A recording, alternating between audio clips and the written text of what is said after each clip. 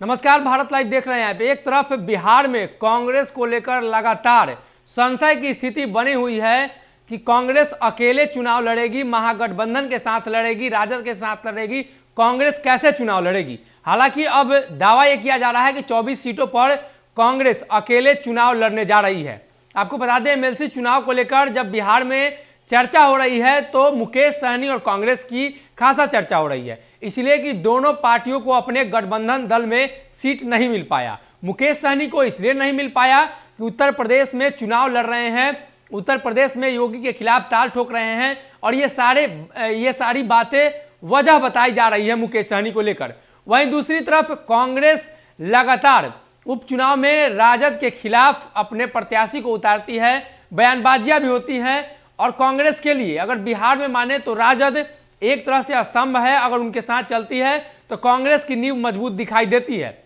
वहीं कांग्रेस एक राष्ट्रीय पार्टी है जिसको लेकर लगातार कांग्रेस ये बातें कहती है कि केंद्र में राजद हमारे साथ है तो बिहार में क्यों नहीं है। ऐसे में बिहार में जहां कांग्रेस में अभी संशय की स्थिति है, वहीं कांग्रेस 5 राज्यों में चुनाव हो रहे हैं, वहां कांग्रेस इंडिपेंडेंट है, अकेले चुनाव लड़ रही है, वहां कोई गठबंधन नहीं है, वहां किसी पर निर्भर नहीं है। बिहार में वो निर्भर है राजद पर, लेकिन अगर अन्य राज्यों की बात करें तो वहां निर्भर नहीं है और जहां निर्भर नहीं है कांग्रेस वहां फ्रीली काम कर रही है। ऐसे में पंजाब में कांग्रेस ने अपना 8 उम्मीदवारों को उतार दिया है। खास बात यह है कि पंजाब के जो मुख्यमंत्री हैं चन्नी साहब, उन्होंने भी अपना सीट तय कर लिया है।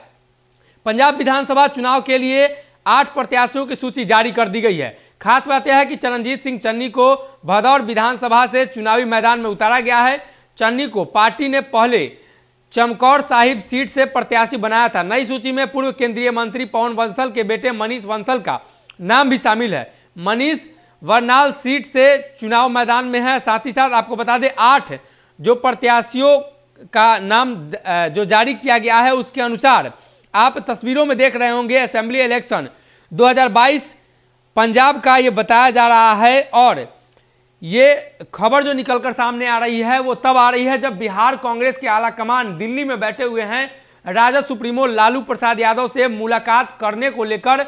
वहीं कांग्रेस अन्य राज्यों में अपना चुनावी घोषणा पत्र और चुनावी एजेंडे को लेकर काम कर रही है।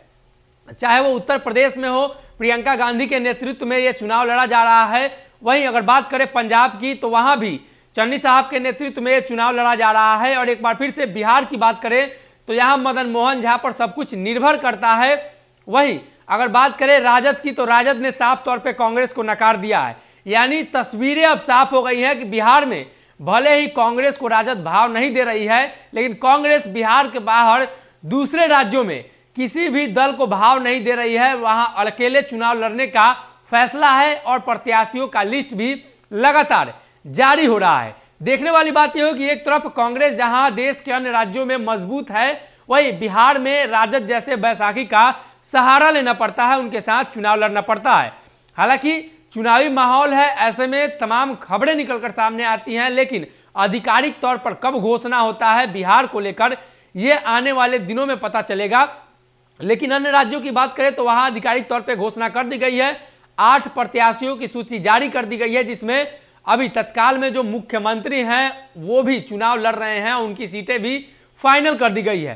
कांग्रेस बिहार में 24 सीटों पर एमएलसी चुनाव को लेकर कैसे चुनाव लड़ती है और क्या उनका एजेंडा रहता है, 24 सीटों पर चुनाव लड़ने की बातें सामने आ रही हैं, यहां कब प्रत्याशियों की घोषणा होती है, यह बड़ा सवाल है। और सवाल यह भी है कि कांग्रेस अन्य राज्यों में जैसे अपने पैरों पर खड़ी है, क्या बिहार में वैसे खड़ी हो पाएगी, यह बड़ा सवाल है। और कांग्रेस के आला कमान इस मामले को लेकर क्या सोचते हैं, किस प्रकार से गठबंधन होगा, कैसे चुनाव लड़ेंगे, ये तमाम रूपरेखा 1-2 दिनों में बन जाएगी। ये बातें निकलकर सामने आ रही हैं। और दिल्ली में लालू प्रसाद यादव से मुलाकात के बाद क्या फैसला होता है ये आने वाले दिनों में पता चल पाएगा। लेकिन पंजाब को लेकर ये बड़ी खबर थी और साफ तौर पे 8 प्रत्याशियों की सूची जारी कर दी गई है। अगर ये वीडियो पसंद आई और वह बिहार के राजनीति और बिहारियत से सरोकार रखेनी तो सब्सक्राइब बटन दबा के चैनल के सब्सक्राइब कर ली।